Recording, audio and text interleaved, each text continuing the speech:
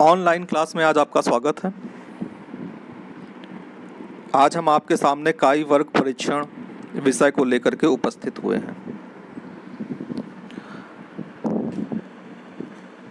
आज के इस व्याख्यान में काई वर्ग परीक्षण के संक्षिप्त परिचय के बाद में काई वर्ग परीक्षण कैसे ज्ञात करते हैं,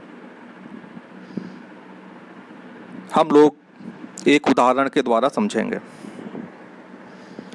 काई वर्ग परीक्षण है क्या?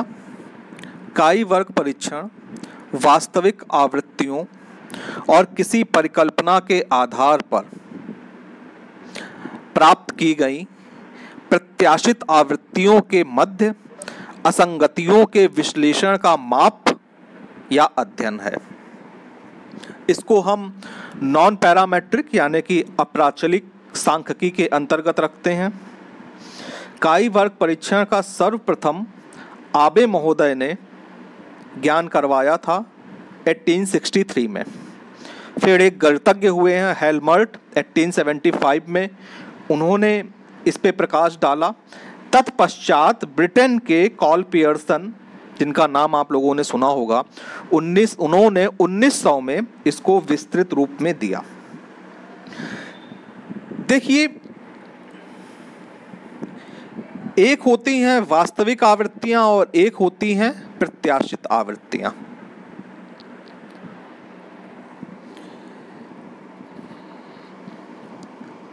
इन दोनों की तुलना की यह एक सांख्यिकीय विधि है। यानी कि इन दोनों आवृत्तियों के बीच में जो अंतर है वो वास्तविक है या फिर संयोगवश है या प्रतिदर्शवश है। इस बात को हम इस सांख्यिकी के द्वारा ज्ञात करते हैं, टेस्ट करते हैं। परिभाषा के रूप में अगर हम देखें तो काई वर्ग परीक्षण क्या है? अवलोकित आवृत्तियां और प्रत्याशित आवृत्तियों के अंतरों के वर्गों के प्रत्याशित आवृत्तियों पर अनुपातों का योग है।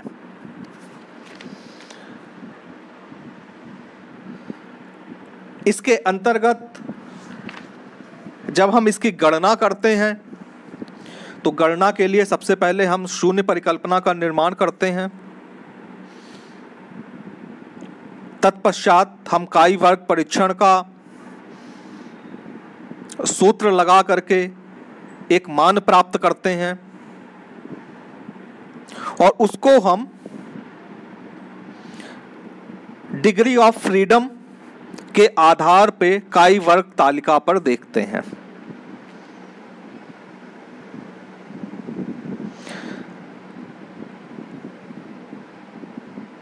डिग्री ऑफ फ्रीडम ये एक नया शब्द है आपके लिए।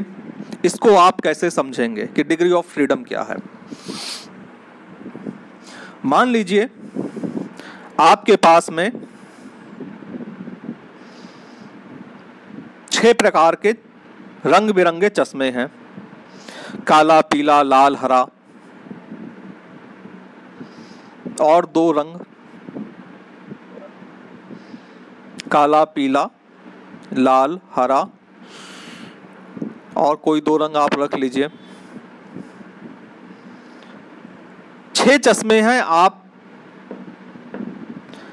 आपने यह निर्धारित किया कि सोम, मंगल, बुध, बृहस्पति, शुक्र, शनिचर हम रोज बदल बदल के लगाएंगे।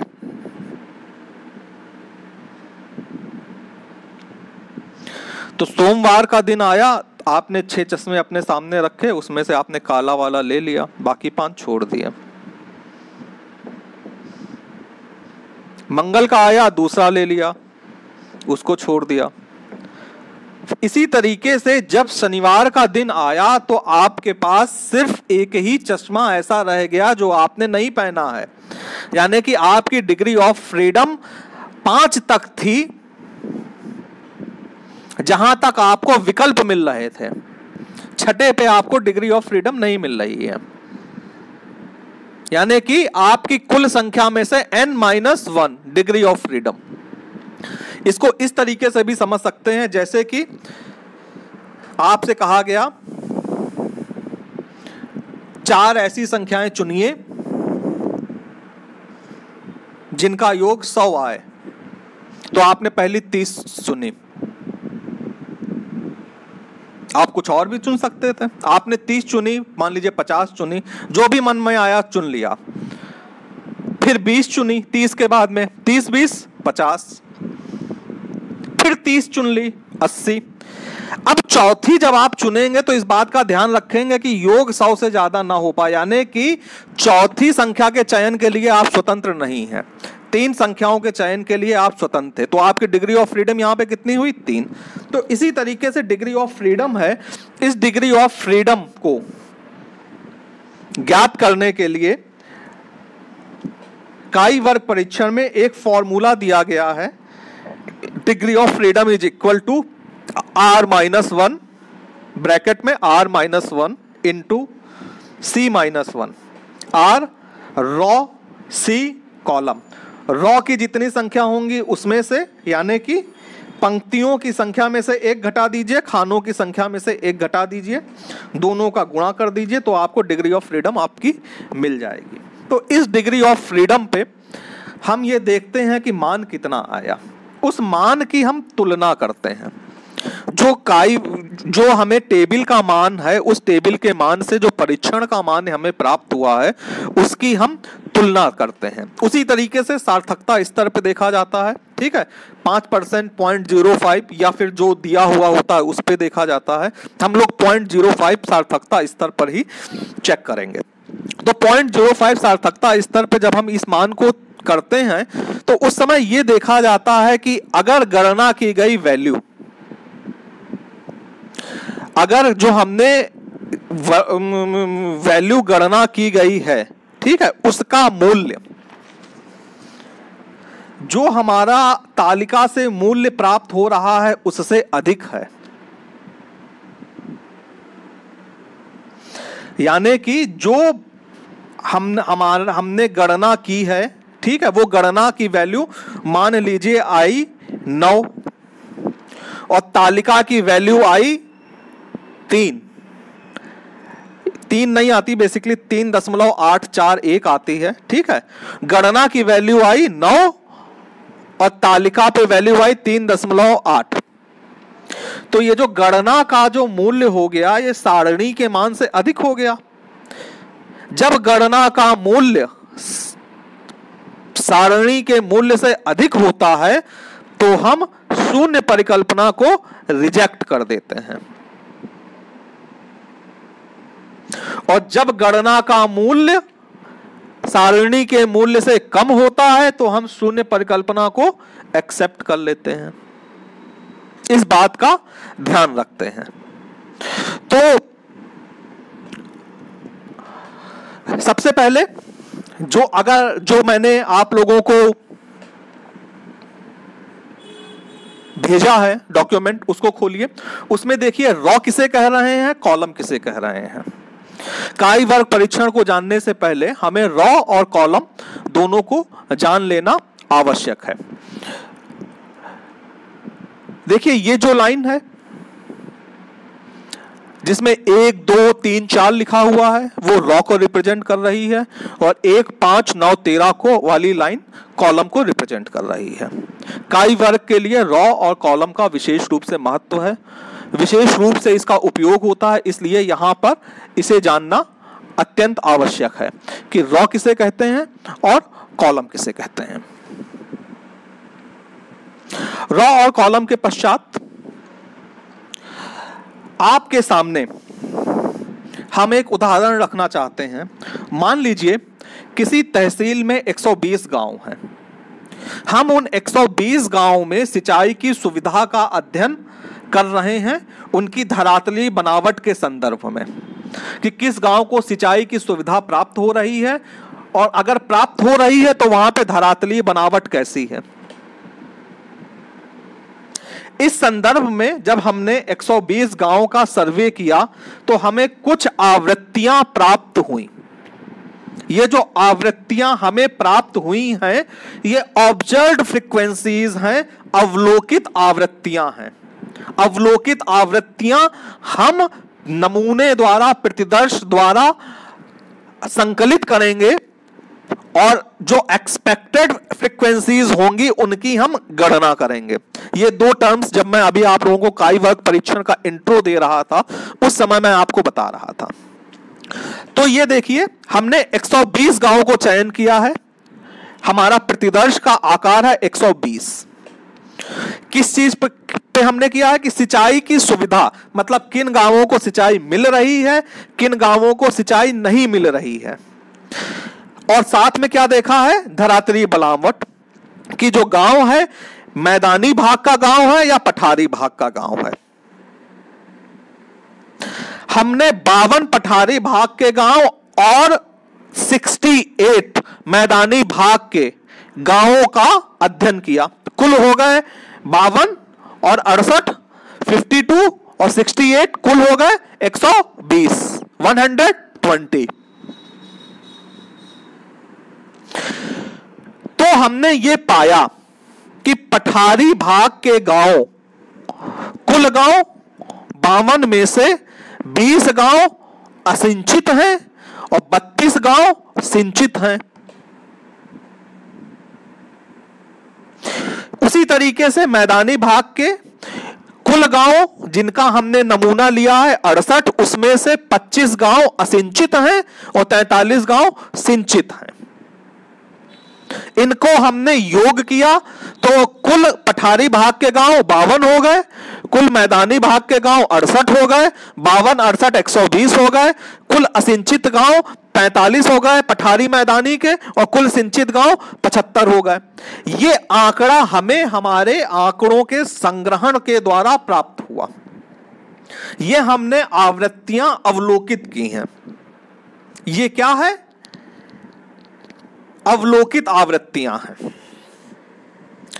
अब आपको इस बात का अध्ययन करना है कि इस धरातलीय बनावट और सिंचित क्षेत्र में कोई संबंध है या नहीं है। अब आप लोगों को बात कुछ कुछ समझ में आ रही होगी। आपको क्या अध्ययन करना है यहां पे कि आपकी अवलोकित आवृत्तियां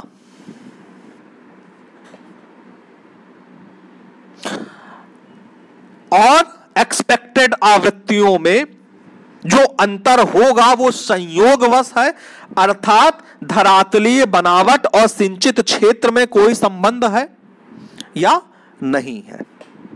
इसके लिए आपने डिसाइड किया कि हम 5% सार्थकता स्तर यानी 0.05 पर टेस्ट करेंगे। सबसे पहले आपने शून्य परिकल्पना का निर्माण किया। शून्य परिकल्पना कहती है कि दोनों चरों के बीच में कोई गुण संबंध नहीं है। तो हमारी शून्य परिकल्पना काई वर्ग परीक्षण के लिए क्या हो गई कि धरातलीय बनावट और सिंचित क्षेत्र में कोई गुण संबंध नहीं है। अब आ जाइए, अब हमें हमारे सूत्र को देखना है कि हमारा सूत्र क्या है।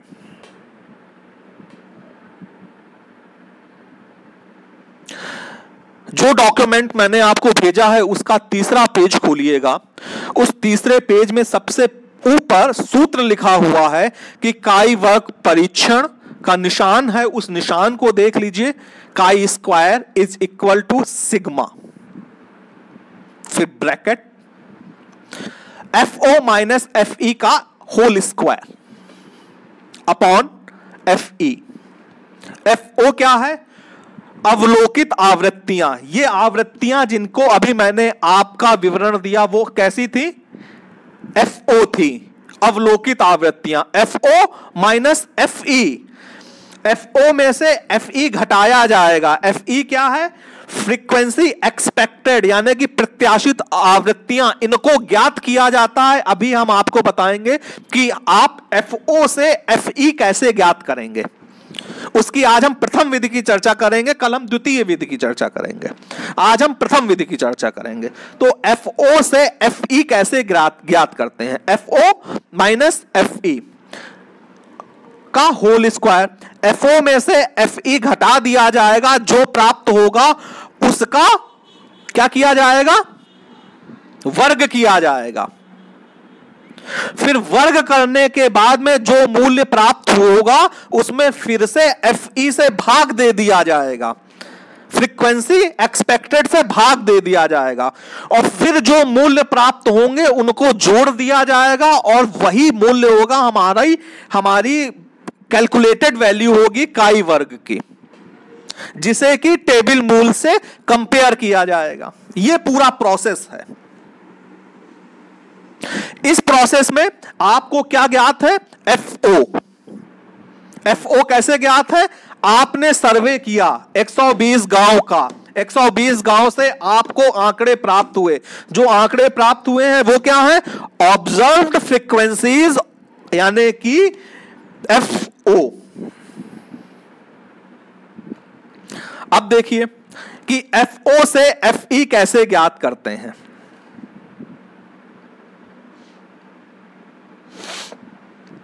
FO हमारा क्या है?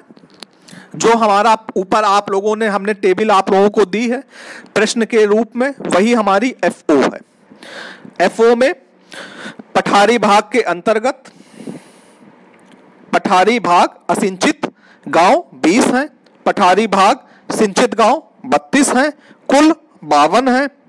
मैदानी भाग के असिंचित गांव 25 हैं, मैदानी भाग के सिंचित गांव 43 हैं, कुल 68 हैं। कुल असिंचित गांव 45 हैं, कुल सिंचित गांव 75 हैं, और जितने कुल गांवों का हमने सर्वे किया वो कितने हैं? 120 हैं। अब देखिए कि हम FE की गणना कैसे करते हैं। FE की गणना के लिए जो हमारे ये जो कॉलम है, मैंने आपको शुरुआत में रॉ और कॉलम दिखाया था, कॉलम का कुल योग है, यानी कि ये 45। फिर से देख लीजिए आप लोग रॉ और कॉलम को, पहले उस पे जाइए। कॉलम लंबवत, रॉ क्षैतिज, ठीक ना? रॉ क्या थी? क्षैतिज थी। 1 2 3 4, कॉलम 1 5 9 13। तो कॉलम का योग देखिए, जो हमारे कॉलम का योग है 45, ठीक ना? कॉलम का योग कितना है? कुल योग 45। रॉ का कुल योग कितना है? 52। 45 गुणे 52 बटे 120, यानी कि जो योग है कॉलम का वो योग, जो योग है रॉ का वो उससे गुणा किया, और उन दोनों के गुणनफल में जो कुल योग है उससे भाग दिया, यानी कि 45 गुणे 52, और जो आया उसमें 120 से भाग दिया। अब इस चीज को आप देखिए, सबसे पहली सेल को देखिएगा, वहां पे हमने पठारी भाग के अंतर्गत असिंचित गांव की FE एक्सपेक्टेड प्रत्याशित वैल्यू निकालनी है। तो उसके कॉलम का कुल योग कितना है? 45। रॉ का कुल योग कितना है? 52। 45 गुणे 52, उसके बाद में हमने भाग कर दिया 120 से। ठीक उसी तरह उसके नीचे आ जाइए, मैदानी भाग में 45 गुणे 68 बटे 120, फिर 75 गुणे 52 बटे 120, फिर 75 गुणे 68 बटे 120। अब जब 45 गुणे 52 बटे 120 पठारी भाग असिंचित गांव के अंतर्गत किया जाएगा तो हमें 19.5 का मूल्य प्राप्त हुआ। फिर उसके बाद मैदानी भाग असिंचित के लिए हमें 25.5 प्राप्त हुआ। फिर पठारी भाग सिंचित का हमें 32.5 प्राप्त हुआ, और मैदानी भाग सिंचित का 42.5 हुआ। जब हम 19.5 25.5 को जोड़ेंगे तो 45 आएगा। जब हम 32.5 42.5 को जोड़ेंगे तो 75 आएगा। जब हम 19.5 और 32.5 को जोड़ेंगे तो 52 आएगा। जब हम 25.5 42.5 को जोड़ेंगे तो 68 आएगा और 52 और 68 को जोड़ेंगे तो 120 आएगा। यानी कि हमारा क्षैतिज और लंबवत जो योग है वो पहले की तरीके से समान रहेगा। अगर उसमें अंतर आता है तो हमने FE यानी कि एक्सपेक्टेड फ्रीक्वेंसीज को ज्ञात करने में कहीं ना कोई गलती कर दी है। अब इसके बाद में जब हमने FO और FE ज्ञात कर ली तो अब हम एक तालिका बनाते हैं जिसमें सबसे पहले हम FO के मूल्य लिख लेते हैं, फिर हम FE के मूल्य लिख लेते हैं। ठीक है, तो हमारा FO जिनका जो हमें मालूम था वो क्या था, 20 25 32 43। तो हमारा FO था 20 25 32 43। FO इनका योग करके देख लेते हैं, 120 आ रहा है, सही है, लिखने में गलती नहीं हुई है। फिर अब हम FE जो हमने ज्ञात किया था उसका मूल्य लिख लेते हैं। तो FE हमें 20 के लिए मिला था 19.5, 25 के लिए मिला था 25.5, 32 के लिए मिला था 32.5, 43 के लिए मिला था 42.5। अब इन 19.5, 25.5, 32.5, 42.5 को जोड़ लेते हैं, यह भी आ रहा है 120, यानी कि हम सही हैं। अब इसके बाद हमारा सूत्र था FO माइनस FE। एक हम अगला कॉलम बनाते हैं, उस कॉलम के अंतर्गत हम FO और FE को घटाते हैं। FO हमारा 20 है, 20 माइनस 19.5।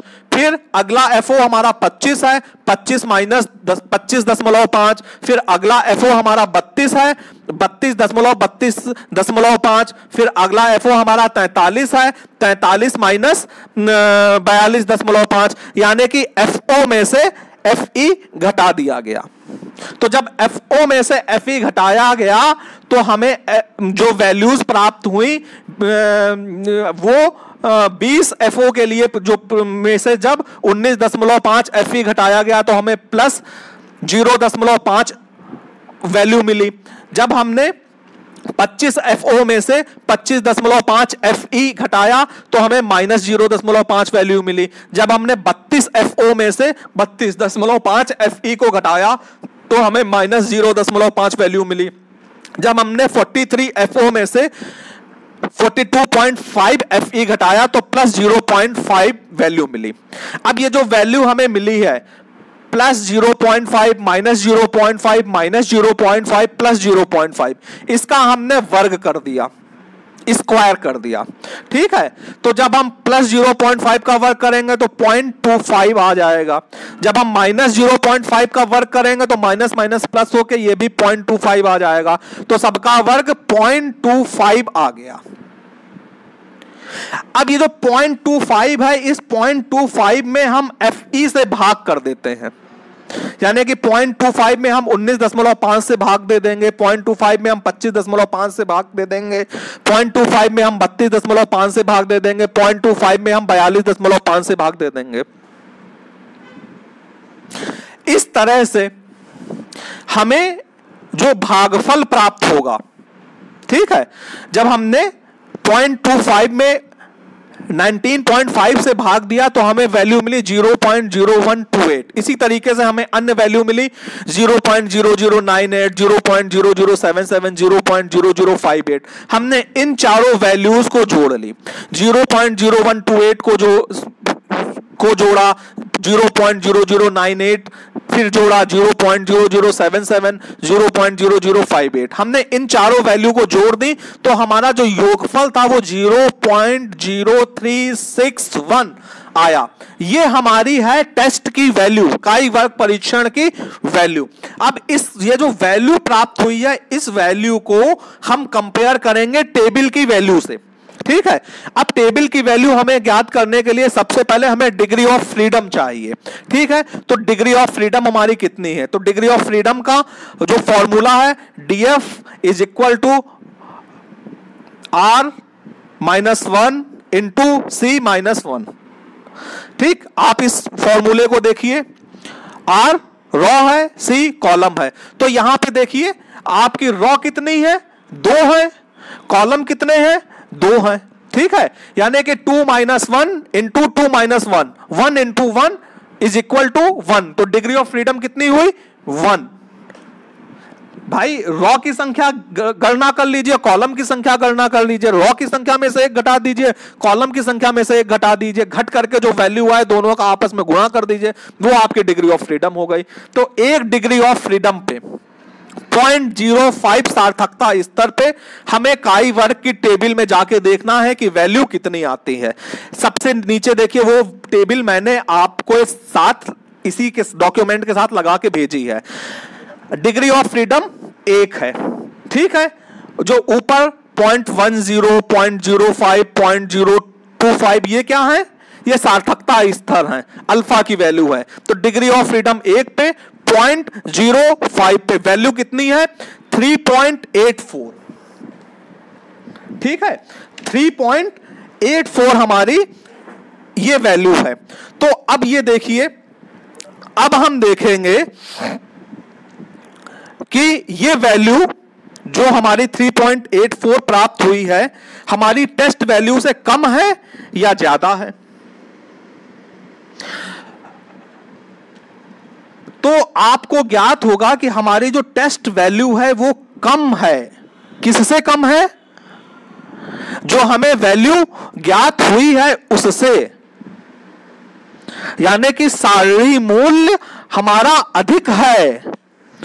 जो हमें मूल्य काई वर्ग द्वारा परीक्षण से प्राप्त हुआ है उससे, इसलिए हमारी शून्य परिकल्पना सही है कि धरातलीय बनावट और सिंचित क्षेत्र में कोई साहचर्य, कोई संबंध नहीं है, ये दोनों लगभग स्वतंत्र हैं। इस प्रकार से हमने अपनी शून्य परिकल्पना को स्वीकृत कर लिया है। शून्य परिकल्पना कब स्वीकृत हुई, शून्य परिकल्पना तब स्वीकृत हुई कि जब हमारी टेस्ट वैल्यू कम थी, यानी कि जो हमने वैल्यू ज्ञात करी पूरा प्रोसेस करके वो कम थी टेबल वैल्यू से, तो हमने शून्य परिकल्पना को स्वीकृत किया है। अगर यही वैल्यू ज्यादा होती, अगर यही वैल्यू 9 होती और हमारा सारणी का मूल्य 3.8 होता, तो हम क्या कर देते, शून्य परिकल्पना को तब हम अस्वीकृत कर देते। उस दशा में दोनों चरों के बीच में संबंध स्थापित हो जाता। लेकिन वर्तमान परिस्थितियों में धरातलीय बनावट और जो हमारा सिंचित क्षेत्र है उसमें कोई संबंध, कोई साहचर्य नहीं है। इस प्रकार से काई वर्ग परीक्षण आशा करता हूं कि आप लोगों की समझ में आया होगा। अगर आप लोगों को ना समझ में आया हो या कहीं पे कोई कंफ्यूजन हो तो आप मुझसे पूछ सकते हैं।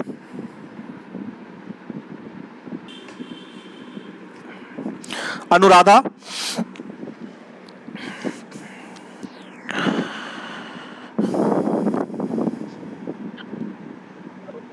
सीबी,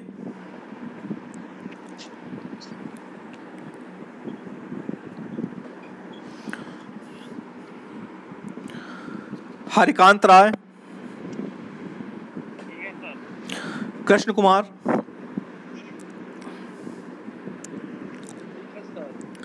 कुमारी बबीता,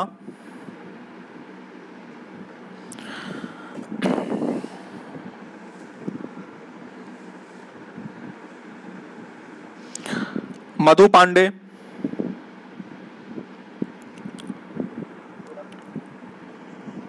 जी, पूजा पांडे,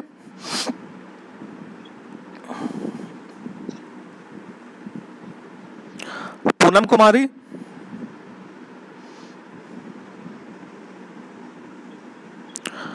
रोशन कुमार, रोशनी कुमारी,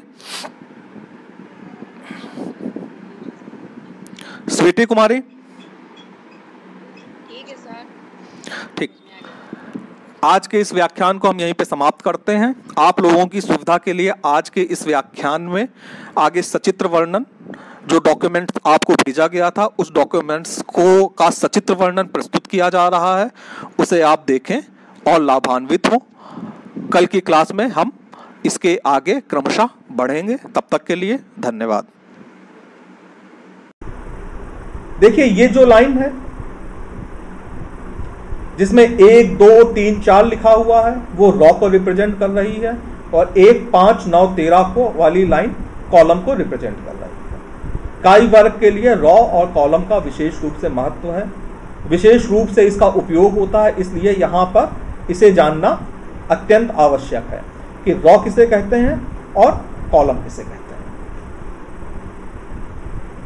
रॉ और कॉलम के पश्चात आपके सामने हम एक उदाहरण रखना चाहते हैं।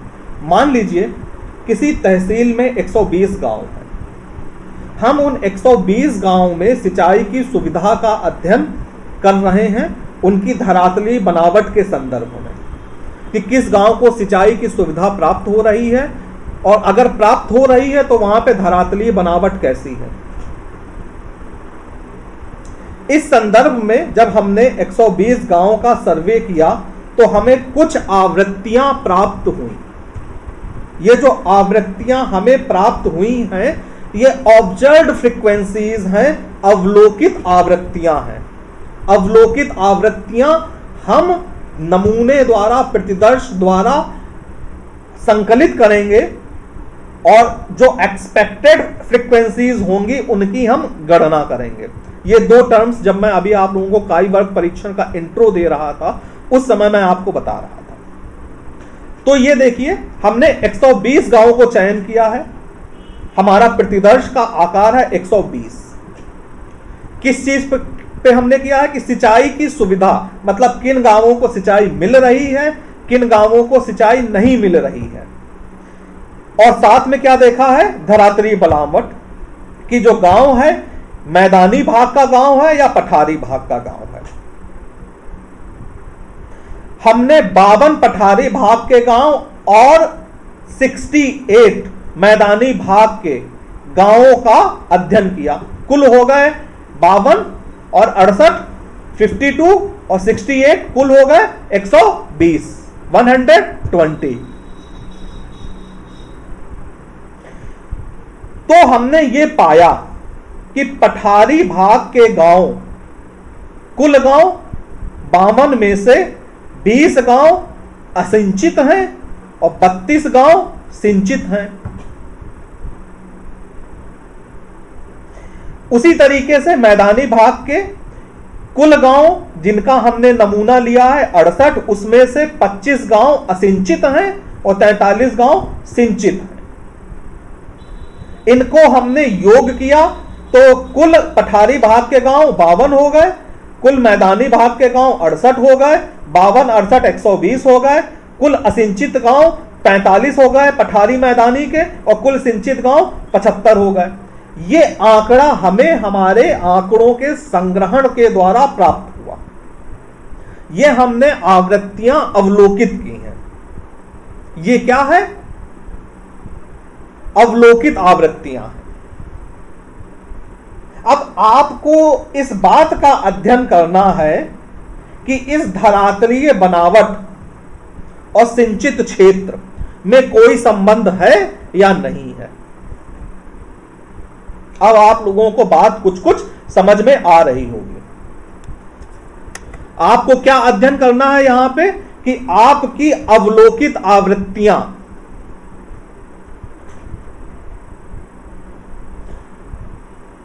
और एक्सपेक्टेड आवृत्तियों में जो अंतर होगा वो संयोगवश है, अर्थात धरातलीय बनावट और सिंचित क्षेत्र में कोई संबंध है या नहीं है।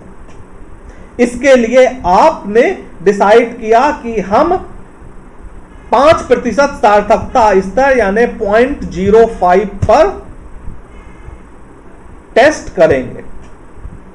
सबसे पहले आपने शून्य परिकल्पना का निर्माण किया। शून्य परिकल्पना कहती है कि दोनों चरों के बीच में कोई गुण संबंध नहीं है। तो हमारी शून्य परिकल्पना काई वर्ग परीक्षण के लिए क्या हो गई कि धरातलीय बनावट और सिंचित क्षेत्र में कोई गुण संबंध नहीं है। अब आ जाइए, अब हमें हमारे सूत्र को देखना है कि हमारा सूत्र क्या है।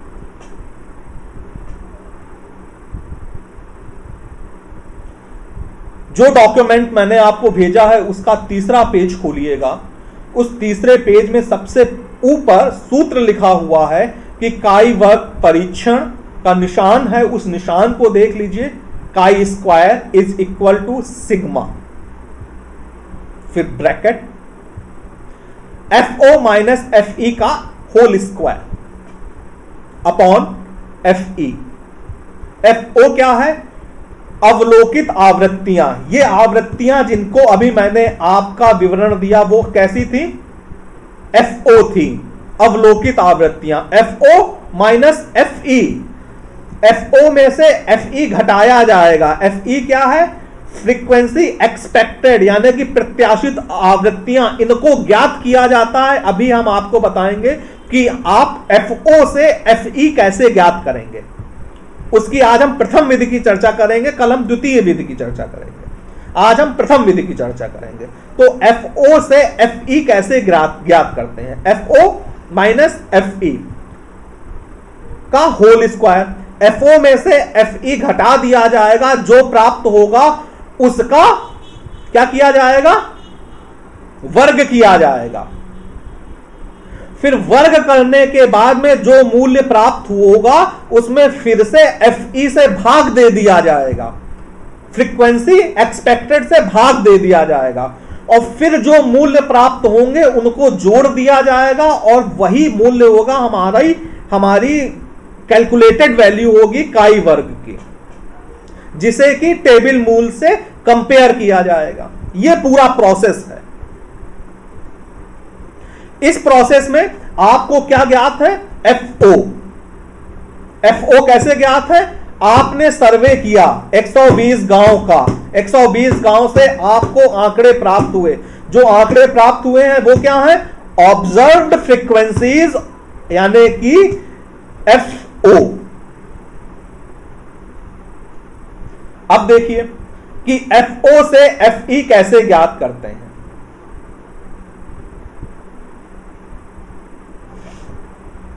FO हमारा क्या है? जो हमारा ऊपर आप लोगों ने, हमने टेबल आप लोगों को दी है प्रश्न के रूप में, वही हमारी FO है। FO में पठारी भाग के अंतर्गत, पठारी भाग असिंचित गांव 20 हैं, पठारी भाग सिंचित गांव 32 हैं, कुल 52 हैं। मैदानी भाग के असिंचित गांव 25 हैं, मैदानी भाग के सिंचित गांव 43 हैं, कुल 68 हैं। कुल असिंचित गांव 45 हैं, कुल सिंचित गांव 75 हैं, और जितने कुल गांवों का हमने सर्वे किया वो कितने हैं? 120 हैं। अब देखिए कि हम FE की गणना कैसे करते हैं। FE की गणना के लिए जो हमारे ये जो कॉलम है, मैंने आपको शुरुआत में रॉ और कॉलम दिखाया था, कॉलम का कुल योग है, यानी कि ये 45। फिर से देख लीजिए आप लोग, रॉ और कॉलम को, पहले उस पे जाइए। कॉलम लंबवत, रॉ क्षैतिज, ठीक ना? रॉ क्या थी? क्षैतिज थी। 1 2 3 4, कॉलम 1 5 9 13। तो कॉलम का योग देखिए, जो हमारे कॉलम का योग है 45, ठीक ना? कॉलम का योग कितना है? कुल योग 45। रॉ का कुल योग कितना है? 52। 45 गुणे 52 बटे 120, यानी कि जो योग है कॉलम का वो योग, जो योग है रॉ का वो उससे गुणा किया, और उन दोनों के गुणनफल में जो कुल योग है उससे भाग दिया, यानी कि 45 गुणे 52, और जो आया उसमें 120 से भाग दिया। अब इस चीज को आप देखिए, सबसे पहली सेल को देखिएगा, वहां पे हमने पठारी भाग के अंतर्गत असिंचित गांव की FE एक्सपेक्टेड प्रत्याशित वैल्यू निकालनी है। तो उसके कॉलम का कुल योग कितना है 45, रॉ का कुल योग कितना है 52, 45 गुणे 52। उसके बाद में हमने भाग कर दिया 120 से।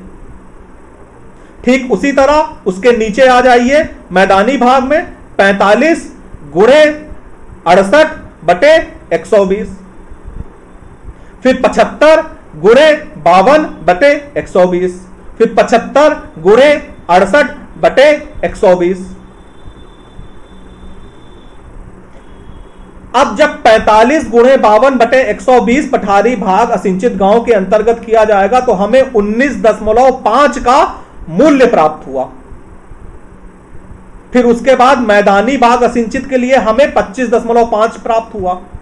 फिर पठारी भाग सिंचित का हमें 32.5 प्राप्त हुआ और मैदानी भाग सिंचित का 42.5 हुआ। जब हम 19.5 25.5 को जोड़ेंगे तो 45 आएगा। जब हम 32.5 42.5 को जोड़ेंगे तो 75 आएगा। जब हम 19.5 और 32.5 को जोड़ेंगे तो 52 आएगा। जब हम 25.5 42.5 को जोड़ेंगे तो 68 आएगा और 52 और 68 को जोड़ेंगे तो 120 आएगा। यानी कि हमारा क्षैतिज और लंबवत जो योग है वो पहले की तरीके से समान रहेगा। अगर उसमें अंतर आता है तो हमने FE यानी कि एक्सपेक्टेड फ्रीक्वेंसीज को ज्ञात करने में कहीं ना कहीं कोई ना कोई गलती कर दी है।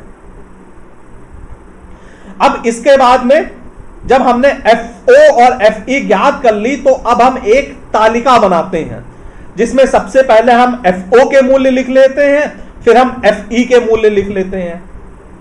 ठीक है, तो हमारा FO जिनका जो हमें मालूम था वो क्या था 20 25 32 43। तो हमारा FO था 20 25 32 43।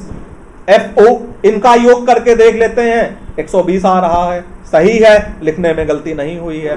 फिर अब हम FE जो हमने ज्ञात किया था उसका मूल्य लिख लेते हैं। तो FE हमें 20 के लिए मिला था 19.5, 25 के लिए मिला था 25.5, 32 के लिए मिला था 32.5, 43 के लिए मिला था 42.5। तब इन 19.5, 25.5, 32.5, 42.5 को जोड़ लेते हैं, ये भी आ रहा है 120, यानी कि हम सही हैं। अब इसके बाद हमारा सूत्र था FO माइनस FE। एक हम अगला कॉलम बनाते हैं, उस कॉलम के अंतर्गत हम FO और FE को घटाते हैं। FO हमारा 20 है, 20 माइनस 19.5। फिर अगला FO हमारा 25 है, 25 माइनस 25.5। फिर अगला FO हमारा 32 है, 32.5। फिर अगला FO हमारा 43 है, 43 माइनस 42.5, यानी कि FO में से FE घटा दिया गया। तो जब FO में से FE घटाया गया तो हमें जो वैल्यूज प्राप्त हुई वो 20 FO के लिए जो में से जब 19.5 FE घटाया गया तो हमें प्लस 0.5 वैल्यू मिली। जब हमने 25 FO में से 25.5 FE घटाया तो हमें माइनस 0.5 वैल्यू मिली। जब हमने 32 FO में से 32.5 FE को घटाया तो हमें माइनस 0.5 वैल्यू मिली। जब हमने 43 FO में से 42.5 FE घटाया तो प्लस 0.5 वैल्यू मिली। अब ये जो वैल्यू हमें मिली है प्लस 0.5 माइनस 0.5 माइनस 0.5 प्लस 0.5, इसका हमने वर्ग कर दिया, स्क्वायर कर दिया। ठीक है, तो जब हम प्लस 0.5 का वर्ग करेंगे तो 0.25 आ जाएगा। जब हम माइनस 0.5 का वर्ग करेंगे तो माइनस माइनस प्लस होके ये भी 0.25 आ जाएगा। तो सबका वर्ग 0.25 आ गया। अब ये जो 0.25 है, इस 0.25 में हम FE से भाग कर देते हैं, यानी कि 0.25 में हम 19.5 से भाग दे देंगे, 0.25 में हम 25.5 से भाग दे देंगे, 0.25 में हम 32.5 से भाग दे देंगे, 0.25 में हम 42.5 से भाग दे देंगे। इस तरह से हमें जो भागफल प्राप्त होगा, ठीक है, जब हमने 0.25 में 19.5 से भाग दिया तो हमें वैल्यू मिली 0.0128। इसी तरीके से हमें अन्य वैल्यू मिली 0.0098, 0.0077, 0.0058। हमने इन चारों वैल्यूज को जोड़ ली। 0.0128 को जोड़ा, 0.0098 फिर जोड़ा, 0.0077, 0.0058। हमने इन चारों वैल्यू को जोड़ दी तो हमारा जो योगफल था वो 0.0361 आया। ये हमारी है टेस्ट की वैल्यू, काई वर्ग परीक्षण की वैल्यू। अब ये जो वैल्यू प्राप्त हुई है, इस वैल्यू को हम कंपेयर करेंगे टेबल की वैल्यू से। ठीक है, अब टेबल की वैल्यू हमें ज्ञात करने के लिए सबसे पहले हमें डिग्री ऑफ फ्रीडम चाहिए। ठीक है, तो डिग्री ऑफ फ्रीडम हमारी कितनी है? तो डिग्री ऑफ फ्रीडम का जो फॉर्मूला है DF is equal to R-1 into C-1। ठीक, आप इस फॉर्मूले को देखिए, R रॉ है, C कॉलम है। तो यहां पे देखिए आपकी रॉ कितनी है? 2 है। कॉलम कितने हैं? 2 हैं। ठीक है, यानी कि 2 - 1 into 2 - 1, 1 into 1 is equal to 1। तो डिग्री ऑफ फ्रीडम कितनी हुई? 1।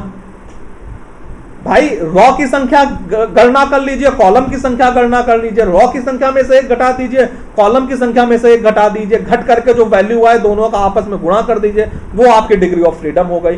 तो 1 डिग्री ऑफ फ्रीडम पे 0.05 सार्थकता स्तर पे हमें काई वर्ग की टेबल में जाके देखना है कि वैल्यू कितनी आती है। सबसे नीचे देखिए वो टेबल मैंने आपको साथ इसी के डॉक्यूमेंट के साथ लगा के भेजी है। डिग्री ऑफ फ्रीडम 1 है।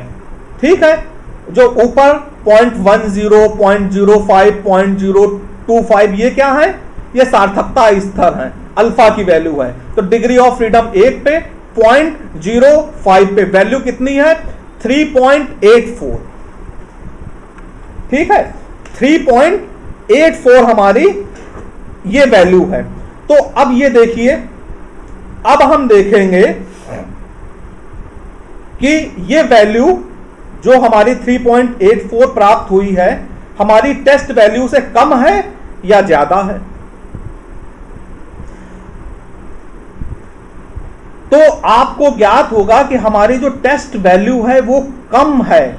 किससे कम है? जो हमें वैल्यू ज्ञात हुई है उससे, यानी कि सारणी मूल्य हमारा अधिक है। जो हमें मूल्य काई वर्ग द्वारा परीक्षण से प्राप्त हुआ है उससे, इसलिए हमारी शून्य परिकल्पना सही है कि धरातलीय बनावट और सिंचित क्षेत्र में कोई साहचर्य, कोई संबंध नहीं है, ये दोनों लगभग स्वतंत्र हैं। इस प्रकार से हमने अपनी शून्य परिकल्पना को स्वीकृत कर लिया है। शून्य परिकल्पना कब स्वीकृत हुई? शून्य परिकल्पना तब स्वीकृत हुई कि जब हमारी टेस्ट वैल्यू कम थी, यानी कि जो हमने वैल्यू ज्ञात करी पूरा प्रोसेस करके वो कम थी टेबल वैल्यू से, तो हमने शून्य परिकल्पना को स्वीकृत किया है। अगर यही वैल्यू ज्यादा होती, अगर यही वैल्यू 9 होती और हमारा सारणी का मूल्य 3.8 होता तो हम क्या कर देते? शून्य परिकल्पना को तब हम अस्वीकृत कर देते। उस दशा में दोनों चरों के बीच में संबंध स्थापित हो जाता। लेकिन वर्तमान परिस्थितियों में धरातलीय बनावट और जो हमारा सिंचित क्षेत्र है उसमें कोई संबंध, कोई साहचर्य नहीं है।